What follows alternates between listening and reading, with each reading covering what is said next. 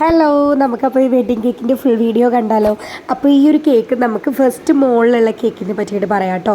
മുകളിൽ വെച്ചിട്ടുള്ള കേക്ക് വന്നിട്ട് 2 kg സ്ട്രോബെറി കേക്കാണ് നമ്മൾ ചെയ്തേക്കുന്നത്.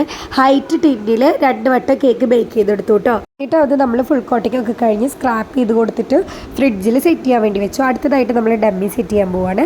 ഡമ്മി നമ്മൾ 10 ഇഞ്ചിൻ്റെ ഡമ്മിയാണ് കേട്ടോ മേടിച്ചിട്ടുണ്ടായിരുന്നത്.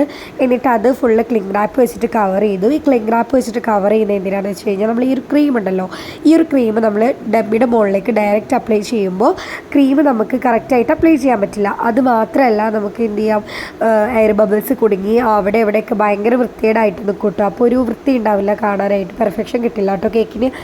കേക്കാണെന്ന് നമുക്ക് തോന്നില്ല. ഇതാവുമ്പോൾ നമുക്ക് കറക്റ്റ് കേക്ക് പോലെ നമുക്ക് കണ്ടാൽ തന്നെ നല്ല പെർഫെക്റ്റ് ആയിട്ട് നമുക്ക് ഫീൽ ചെയ്യും. പിന്നെ നമുക്ക് ഈ ഓൾറെഡി നമുക്ക് ഡമ്മിയിൽ സെറ്റ് ചെയ്യാനേ പണിയാണ്. കാരണം നമുക്ക് കേക്ക് ഇത് വെയിറ്റ് ഇല്ലല്ലോ. അപ്പോൾ നമുക്ക് ഇതിങ്ങനെ ടേൺ ടേബിളുമ്പോൾ വെച്ച് സെറ്റ് ചെയ്യുമ്പോൾ അങ്ങോട്ട് നീങ്ങിപ്പോവും ഇങ്ങോട്ട് നീങ്ങിപ്പോവും.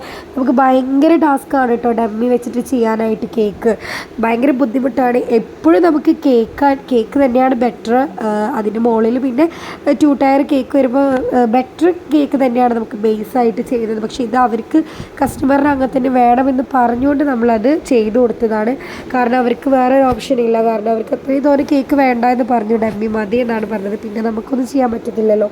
അപ്പോൾ നമ്മൾ ഫുള്ള് സെറ്റ് ചെയ്തിട്ടുണ്ടായിരുന്നു. അതായത് നമ്മൾ ഡമ്മിയുടെ മുകളിൽ ഫ്ലവേഴ്സ് വെച്ച് കൊടുത്തു, സ്പേസറിൻ്റെ മുകളിൽ ഫ്ലവേഴ്സ് വെച്ച് കൊടുത്തു, അതായത് കേക്കിൻ്റെ ടോപ്പറിലൊക്കെ ഫ്ലവേഴ്സ് വെച്ച് കൊടുത്തിട്ടുണ്ടായിരുന്നു.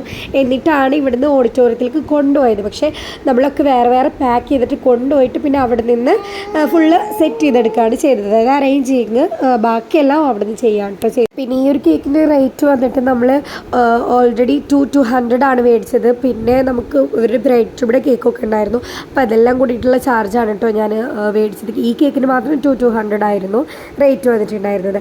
അപ്പോൾ ഈ കേക്ക് ഇഷ്ടപ്പെട്ടിട്ടുണ്ടെങ്കിൽ ലൈക്ക് ചെയ്യുക, ഷെയർ ചെയ്യുക, സബ്സ്ക്രൈബ് ചെയ്യുക, നിങ്ങളുടെ അഭിപ്രായങ്ങൾ കമൻറ്റ് ചെയ്യുക. ബൈ.